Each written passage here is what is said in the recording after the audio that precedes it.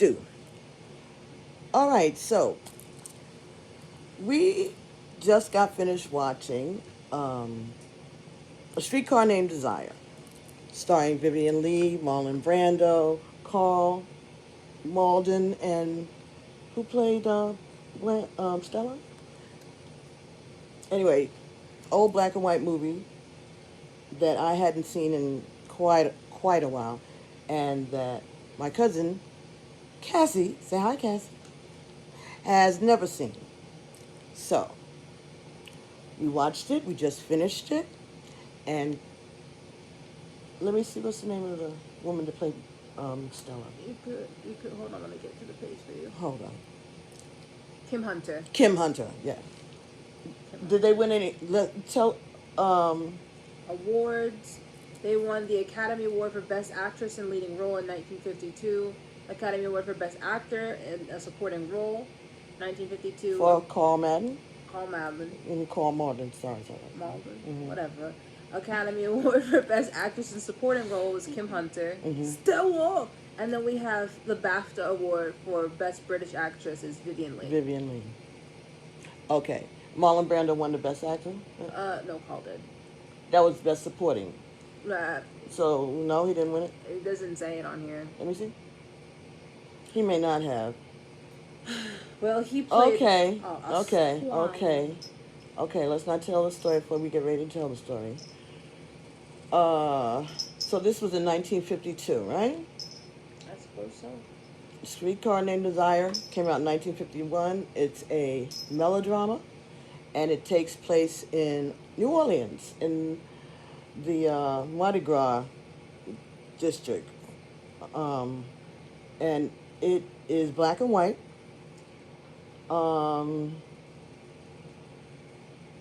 Let's see. It won Best Director for Ella Kazan, Best Leading Actress for Vivian Lee, and a Best Picture nomination. Okay, so anyway, Cassie was very...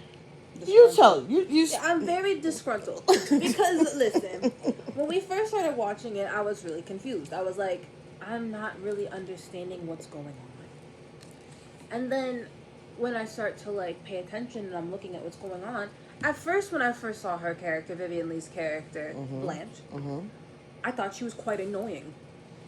I found her to be very fake, very performative, and she's getting on me and being like, well, that's her character, and she's a Southern Belle, blah, blah, blah. Listen, I don't talk like that. Maybe that's how you heard it. That's why I was... But what I was saying is that, one, this is an actress. Two, this is the story that she's acting out.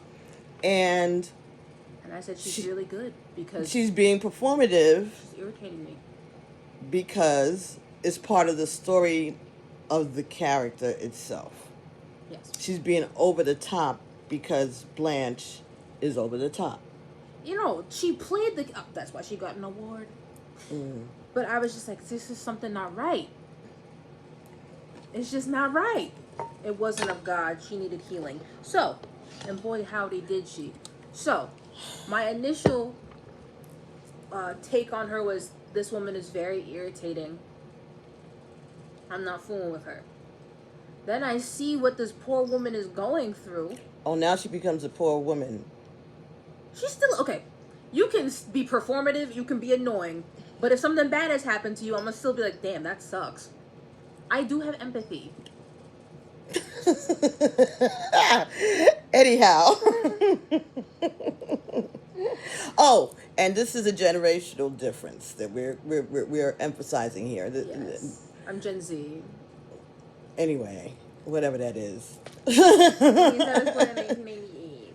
She was born in the late 98. Okay, and I was born in the late 1950s.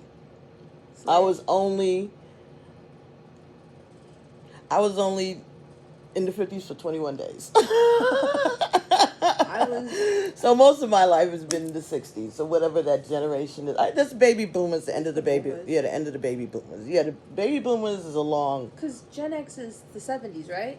We didn't go through all of that. We didn't have all these names for generations. I swear to God. You did. We You just weren't didn't. privy to it. We didn't. It's you guys who insisted that we start labeling things with different names. You guys is your you generation. Guys is too many people. Gen X and all of those folks around there. I would say. All I'm saying is that we knew the baby boomers, and then it was us. But now we're starting to have children, so that becomes another category. I think everybody's just. But I think what it is that people are so annoyed with Gen X. That's not me. And what do you say you are? I'm Gen Z. Gen Z, yes. All of that? You skipped millennials. Right, because we didn't call them that. We only call them that because you all need labels for things. You all is still too many people. Exactly. They ain't got nothing to do with me. Your generation. I don't claim After, people. Listen, stop. I'm trying, you see? Trying to make a point. You made your point. I'm listening to you. Yes, you're right. I made my point. Continue. In any case, Blanche, I felt quite bad for. Did she just tell me that I made my point? Just go ahead. I just wanted you to understand that it is. It's recording this. Go ahead. I was. You're going to see this in 20 years, you know. And I'm so happy. I won't be around for that, but you will see. I won't. Why would you not be here in 20 years? Because I think I'd be 86, maybe. I won't be here. Where are you going to be? Hopefully somewhere not around you guys. I hope you're on an island eating good nice island eating some, pineapples and mangoes. I was thinking mango. With the nice gentleman. And the both of us are just enjoying our pensions and the sunsets. As I often say, that would be a sleigh. It would be nobody's business. Continue with your review, ma'am. Genuinely, I found it to be... Or dead. Right. In 20 years, anything. I could die tomorrow. I could die in 10 minutes. Keep the story going. Let's go. Oh, Pupusito. I don't want to think about you dying. I didn't tell you to think about it. I just told you. And I'm thinking about in 20 years, it could be 20 minutes. Real tears are forming in I my see eyes. that. Relax. Oh, well, you could get jokes, but I can't get jokes? ¿Qué se dice? Go on, continue. I just love you. Whatever. Anyways. Fuck. That made me really upset. Go ahead. You ain't shit. Exactly. So anyway. Because she interrupted the whole friggin' movie. I told you I will not take her to the theater and waste my $26 at all. You said 15. It's 15, but then you gotta get popcorn and stuff now. It could be $40 for one ticket at the theater, and you gotta make reservations. Not if you continue with the review. I keep trying, but you keep interrupting. You're such a Sagittarius. Anyways, why do you look gagged by that? Because the gag is that it's true. And that's not a bad thing. You are a Scorpio. We could talk about that another time. Continue. Okay, well. Okay, I'm really trying to lock in. Marlon Brando. Oh, she liked him when she first saw him come on the screen. He was so fine. But then I saw his personality, and it made him... You saw Stanley Kowalski's personality. You didn't see Marlon Brando's. Okay. He's acting.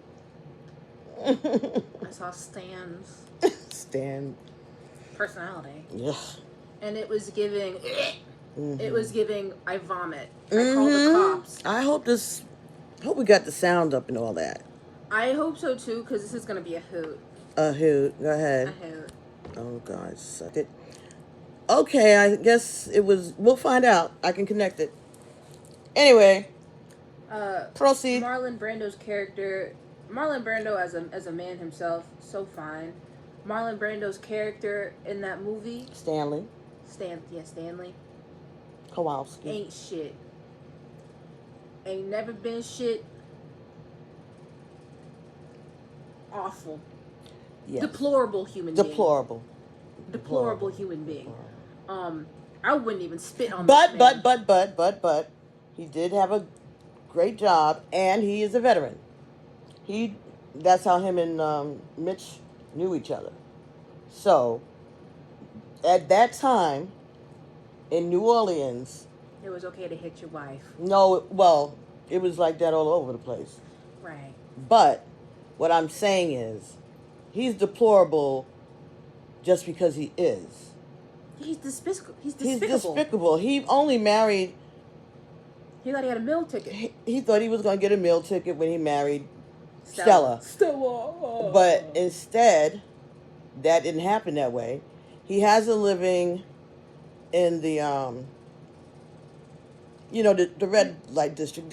I don't know why I can't remember right now. My girlfriend lived in that area in New Orleans, and it is just ransacked, and it's just bad.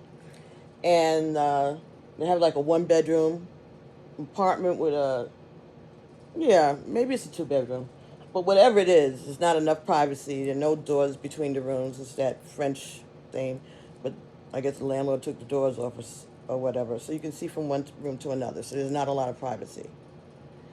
And I guess the sister showed up without letting them know that she was coming. Yes, she just showed up. Yeah, Blanche seems like she just showed up, or little notice, not a lot of notice. Blanche is one of tragedy. She is irritating, but she didn't deserve all that. She didn't deserve anything that happened to her. No. And that, really and all of those things, I was having empathy because even though I'd seen the movie many, many years ago, I just didn't remember the story, per se. And I'm so grateful now to have the chance to sit down and watch these movies on TUBI for free. They're not paying us to say that. I know, but but I'm not getting paid on YouTube anyway, right? But we could start a new channel. Fuck them. But anyway, but the point is that I know that this is a classic, and of course I'm familiar with it, but I hadn't seen it in such a long time, and to be able to watch it with her because she hadn't seen it at all, I just thought it was a great thing. And we've watched a few other movies up to now, but then tonight, because she was so expressive about her feelings about this movie, I said, you know what, let's tape it. Even if we don't upload it to YouTube, we can show it to whomever family, right? And see. The movie. And she really is my cousin. I know I look light-skinned, but I am. Move on. I will. But I was gonna say a lot of the key points and what affected this poor woman's mental health really hit close to home, and it was very hard to watch. And just seeing Marlon Brando's character, Mr. Stanley Kowalski, was that what it was? Yes, that was very good. Thank you. Kowalski. Yes. Mm-hmm. Right. Okay. I have dated many a man like that, so it was looking into my past and just seeing how abusive he was, and seeing that Stella was I love him though, and it's girl, yes, he's fine, but if he hits you once, he'll hit you twice, and if he hits you twice, he'll keep doing it. Well, I agree with that. If he hits you once, he'll kill you the next time. That's my attitude. I'm not trying to find out. Stick around to see. Yeah, I'm not trying to. But that's me.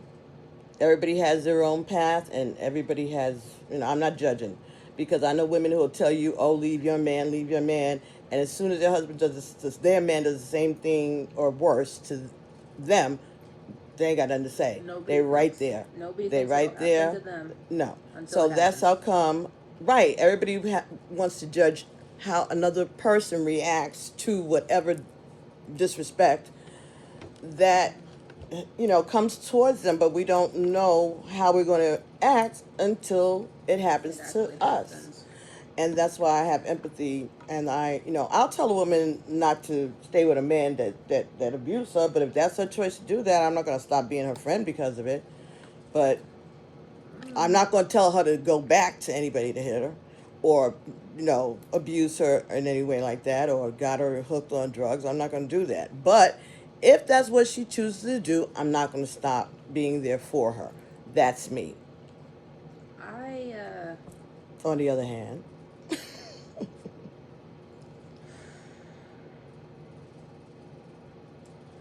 I reserve a certain level of empathy and patience for women or men in domestic violence situations. And having been in like relationships like that myself, it requires a great deal of strength and patience to be on either end of those roles. So it's not necessarily not being their friend anymore, but the aftermath of that is difficult, I guess.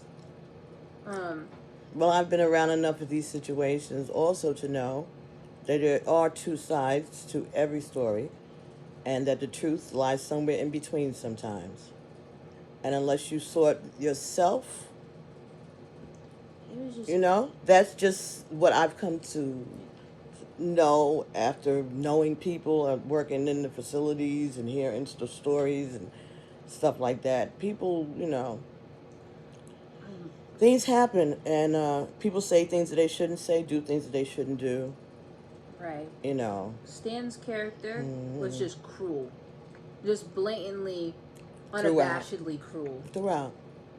And she was wrong for saying that he was an ape, but He was. he was acting like She was that. accurately describing She did. what he was. Very much so. So And she he- was far from crazy when she got there.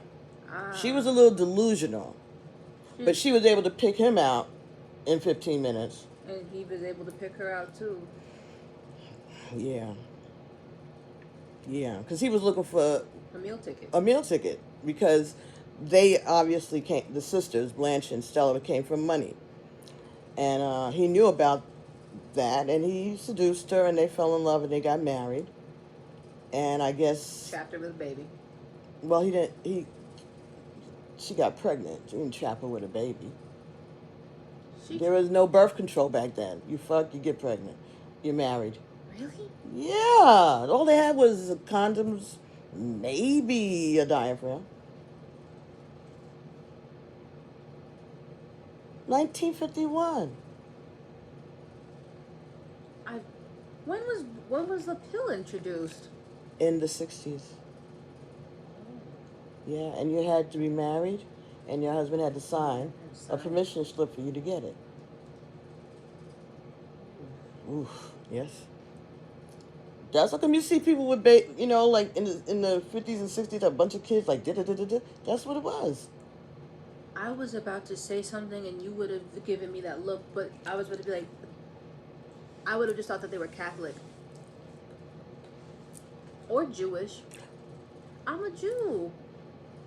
It's true. Everybody has babies if you have sex. I'm talking about an excess. Excess sex or excess babies? Let's go back to the movie. Oh my God. In any case, God said be fruitful and multiply. He sure did. He said it to everybody. And they took that personally. But listen, that's what they do. All I'm saying, he didn't stick her with a baby. They've been married for a minute. And she just found out she was pregnant when when Blanche got there. So, come on now. Man, you know, what it really lands on at the end of this is fuck Stan. Okay. Stan is married to Stella, and he is vulgar, to say the least. And he plays poker with the guys. Actually, when Blanche arrives, Stella's at the bowling alley watching Stanley. He's the captain of the bowling team. And they're having their little game, and he's there. And so they weren't expecting Blanche, but she recognized her sister when she walked in, and they were, doing what sisters do, getting it together. And he just was nasty off the bat. He was always nasty. His thing was he wanted to be alone with his wife.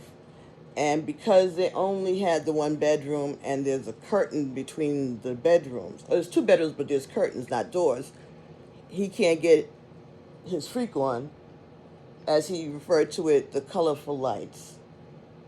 Yes. Right? Because that's what he set the scene with the Christmas lights. He probably would plug them in and make it look romantic. Because, you got a little bit to work with back then. Come on.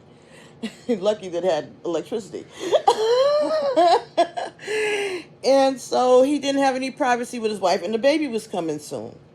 And here comes the sister, and she's coming with not the money, because he is aware that there's a Napoleonic law in New Orleans, which used to be French properties. It makes sense that whatever is community property, what's yours is his, and what's his is yours, even stuff you had before the marriage. So if the sister is with them because they lost the house or sold the house, their family home, their childhood home, then he's looking for his wife's half of the sale. But the house wasn't sold, it was lost. Stanley didn't like that explanation. He wanted to know how it was lost and why it was lost. Blanche didn't seem to really care about it that much. And as Stella said, their family had gambled it off, sold it off, land, so all that was left was a house and 20 acres, I think she said, of land. But Stanley knew that, and he wanted his wife's half. But there was no wife's half because I guess they took it for taxes, because Blanche had lost her job. And Blanche lost her job because a parent made a complaint about a friendship that she had started to develop with a male student. A 17-year-old. A 17-year-old. So she got fired. Morally unfit. She got fired. For being morally unfit. Okay. Well, that was the accusation. Yes.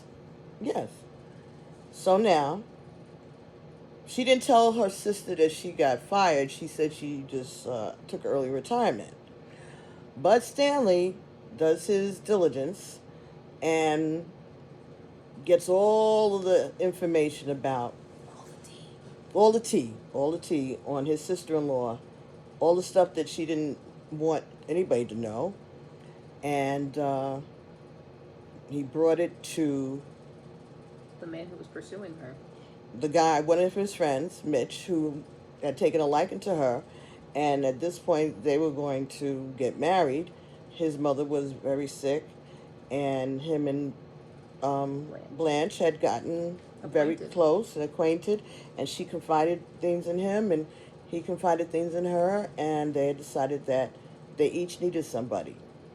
So he was ready to marry her, and then Stanley went out of his way to ruin it. Sabotage it. His feeling is, well, he's known Mitch for years. They were in the military together, and now they work at the same job, and he just want him to wise up. And Mitch ain't no spring chicken himself, but he's the only child, and his mother is sick. And so, if something happens to his mother, he's going to be by himself. So it would have made sense. And he was really attracted to her because she was beautiful. Even if she was old. Right. Now, back then, old was everything over 24. Right. Just like it is with you all today. I am very old then. Anyway, because everybody over 30 is old, it seems. But at that time, she would have been considered a spinster, except she had been married earlier in her life when she was about 16, and her husband was a boy, and he was about 17. They were in high school. They got married. And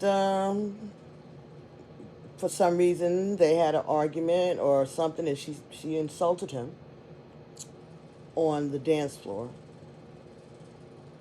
And he took that quite personally. He took it personally and permanently. Yeah. So he self-deleted, and it was public. No, you got to say that on YouTube. You got to say that because they think we're children. You can't say the other thing. The other thing, and you have to be careful. So whatever. The whole everybody heard it, saw it, because he did it by the lake, right in back of the venue. So that's why she would hear the music and hear the shot, because she was in the dance, and everybody heard the shot, and when they went outside. This is gonna sound very callous, but I never want to hear a man say women are more dramatic than men ever again. She hurt your feelings, and so you go do that. She told him that she despised him and that she didn't respect him because he was weak. I would have self-deleted too. So then why are you saying that men are dramatic? That would hurt anybody. This is your spouse, and he's a young guy. He's a kid. It was, whatever it is, she felt guilty. She considered that she had killed him. That's how she took it. In a way. But nobody put him in, like, nobody put the thing in his hands to make him do it. But she felt the guilt of her husband putting a gun in his mouth. So, of course, this was a public event, so everybody knew about it. And so, therefore, even though now she wasn't a little girl anymore, she had been a wife, so she's not a virgin anymore. And she got a scarlet letter. She's a scarlet letter because her husband committed suicide, and it was a lot. So anyway, over time, she got a job and she went to college. She got education, and she became a teacher. And over the years, the things happened. I guess the parents died and whatever. And she had her dalliances. She had her male visitors, and she had her. She was getting in her bag whenever she could, and part of it was part of the trauma. Because, again, she was very young. This happened, the whole town's talking about her. Even if it's pity, sympathy, whatever it is, it's just knowing that people are gossiping about you. And then she comes back and she goes to school. She becomes a teacher. And she starts being inappropriate, not only with grown men in the area, but also with the young boys. Who are coming of age. Who are reminding her of her husband, who was a teenager. Her lost love. Her lost love. It was very sad. It was very tragic, actually. So, she's slipping into darkness. But she knew she had her sister. Now, she wasn't expecting to see her sister living in the ghetto, in New Orleans, either. So, she was expecting at least her sister to have somewhere to keep, to her, and she didn't expect her sister's husband to be a brute. Very good. Look at that. All right, we agreed on something. Brute. he was. There's no other way to That's the describe word. him. That's the word. The brute. It was too much. He was just. So anyway, he ruined her relationship with Mitch. Sabotaged it.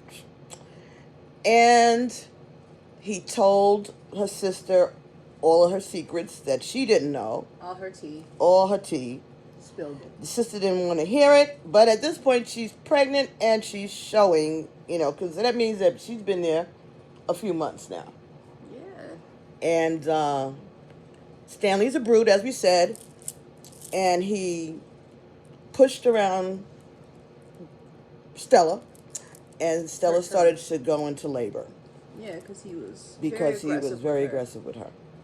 And this is after this famous Stella. Just after that, he's just the worst person to come home to, or to have come in the house. It was past macho. It was past misogyny.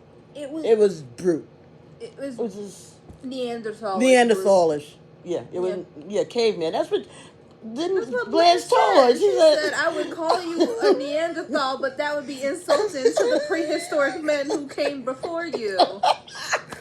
That's what she said. Yes, he hated her because she called him out on his shit. She's right, like, and you're he's smart. Piece of shit. He's smart, but she's smarter, right? Oh, don't let the misogynies hear that. But it was true. It was true. So, and he's crazy too, but his crazy is okay because he's a man and he can blame it on alcohol or right. or anything. What? And everybody else in the building was getting beat up by their husbands too.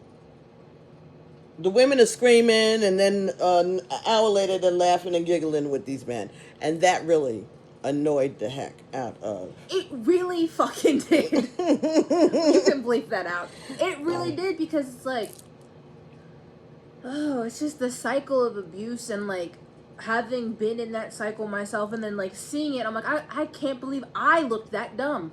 I can't believe I looked that stupid. And it's like, it was very, very calculated that they casted a very fine man to be such a brute. Because that's how it happens. They're fine. They're so fine. They're charming. They're sweet. Bah, bah, bah, bah, bah. I call it. Yeah. It's like, oh. Demon dick. And women stay with it. Women, well, you get, if they can get whipped, we can get demoned. Digmatized. Okay. Same thing.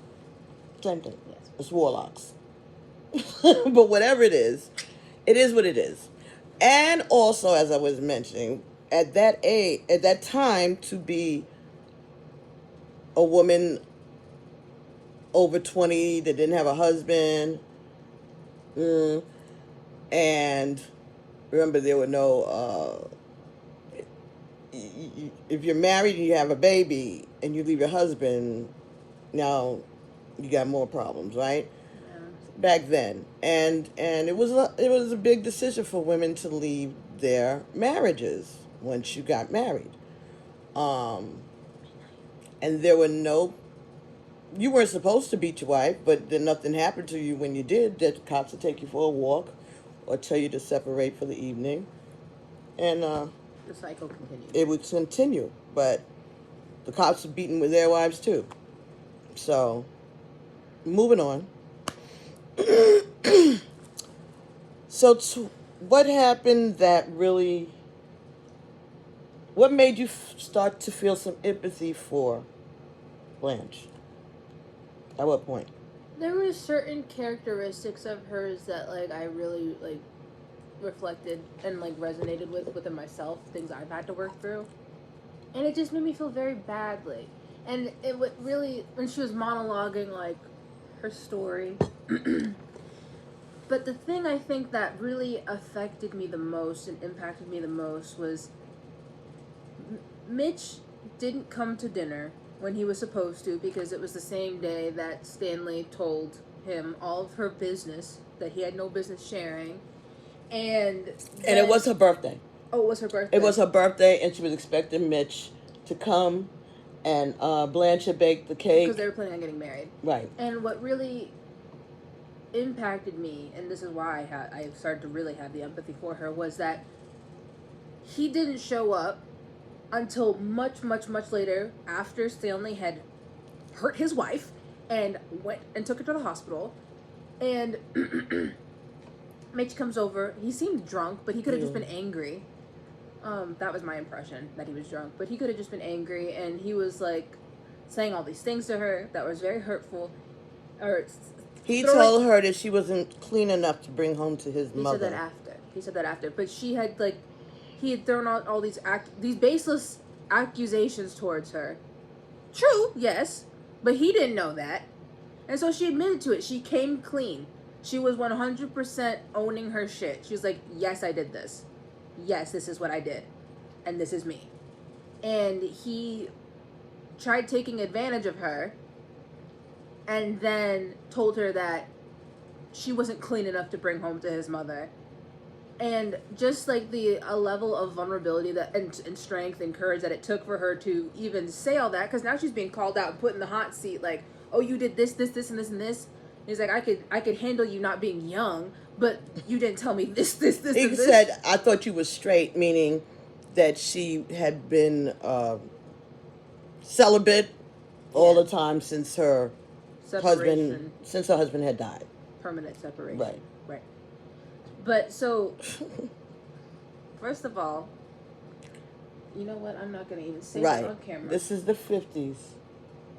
I was gonna say something about him, not her. Because, you know, women used to, like, dress in black for years. For mourning. For mourning. Some women, once their husband died, they always wore black. So, you know. I would. The slimming, and also I'm sad. No, but they would be covered. That was something my grandma would say. That was horrible. But you would cover yourself. Yeah. Like, you would, like, your face wouldn't be seen and stuff. Oh, you know. I know. Almost a hijab? Whatever. That. No. Maybe. I would do it maybe for a year, but I wouldn't do it like the rest of my life. That's out. I would do it for fine right now. But no, that was the part that really upset me, because she was vulnerable. It was very hard for her. She was already traumatized. She was a little touched. And then he, like, came at her crazy, and then she admitted to it, and she was like, well, if you love me, you know what I mean? Like, this is me. This is the truth. And then he kissed her, and so she's like, marry me. And he said, you only get the fuck. And she said, get the fuck out of here before I start screaming. Right. Get out before I start screaming. So he left. And then she kind of had a little psychotic break. Yeah, she started screaming anyway. The police came because the neighbors called the cops, but she wouldn't let the police in. She just closed all of the blinds and made it seem like she wasn't there. Tell them she was fine. Go away, I'm good, right? And then here come Stan. Back from the hospital. Looking happy. Excited for her son. Excited. He knew that he knew everything that just happened. Blanche was in the hospital, and he said she would have Stella. Yeah, she would have the baby by the morning. So there's no need for him to stay. They'll call him in the morning when the baby comes. Because you're just going to wait in the waiting room back then. And so he's all gung-ho. And back then, they would have let her labor, and then they would have put her into twilight sleep, and the baby would have come, and they go home. But instead, this poor woman he comes home to, Miss Blanche, who's just had this big thing with Mitchell. So she's having a hard time. She's crashing out. And she's through with Stanley because she knows Stanley is the one that told Mitch all this stuff. She's like, fuck this nigga Stanley. I'm sorry, you could. No. The N word is fine in YouTube. Apparently. God forbid somebody says they divorce their body. Oh, but anyways, So he comes home. She's in the middle of her little episode, and he just starts messing with her. He just starts fucking with her crazy style. And then does some inconceivable, unforgivable things. First, he bought her a ticket to leave town. To go back to where she came from, to the town that she's been shunned. That she's shunned. That she cannot stay there no more. But he buys her a ticket dated for Tuesday after the baby and his wife come home. Mm-hmm.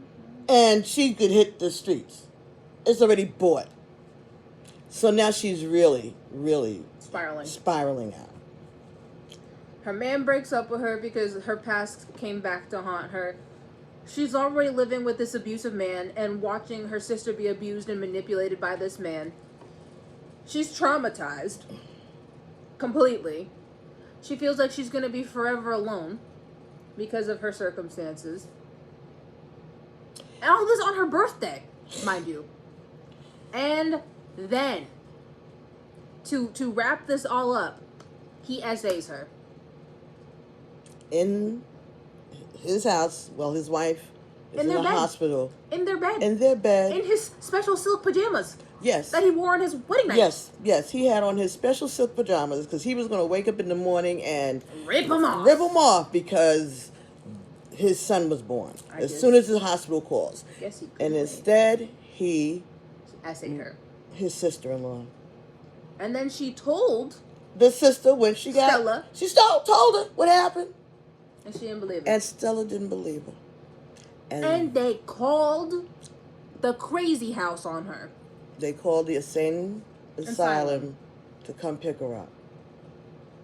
And they didn't tell her. And it wasn't until he triggered her real bad. And he did it on purpose. Triggered her real bad to the point where she just throws herself on the floor because she just can't take it. That everybody's like, oh shit, he did do it. And then Mitch is like, you did this to her. Right. You Finally, did this to her. When he's, the people from the hospital are there to pick her up and he wants her gone. So he starts saying things that are triggering her, causing her to act out more so that they can put her in a straitjacket and lead her out. But everybody in the house, all his poker playing buddies and his bowling team buddies, including Mitch and Stella and the lady upstairs, Miss Eunice, they're seeing what he's doing and how she's reacting as he's talking. And then they realize, holy shit, she wasn't lying. He really did do that to her. He took advantage. And then he said, "What, do you think I'm going to interfere with you?" And he did anyway. That's what they would call when a man would try to interfere with you. I didn't pick up on that once. Yeah. I thought like he was. No, when he was standing there in her. Oh no, that wasn't about saying no. Yeah, that's what I thought. That means no. You think I'm going to interfere with you? Meaning you think I'm going to try to hurt you? Essay. Suffice to say. So she just had it, and then the lady came to try to get her to go, and she wasn't having nothing with the lady. But then the man, right? She was holding her down. And then the old man who had come with the lady to escort the doctor, he looked in her eyes, and she looked in his, and she was laying on the floor upside down, and he's looking down at her. And then he just told the lady to let her go, and he helped her up, and he put out his arm, and he tipped his hat like a gentleman, and then she walked out with him, nice and smooth. And finally, after that, Stella left Stanley's bitch ass. Yeah, the baby was outside in the bassinet. Which was all insane to me. You're just leaving your baby out on Main Street? I'm sorry. French Quarters. They lived in, that's the French Quarters. Anyway, back in the day, until people started just snatching people's babies, I'm sorry, Midnight, people would leave the baby outside with the netting from the mosquitoes and let the baby get fresh air. Because the daddy is smoking, everybody's smoking, and the aunt is having a meltdown. So I think it's better for the baby to have been outside.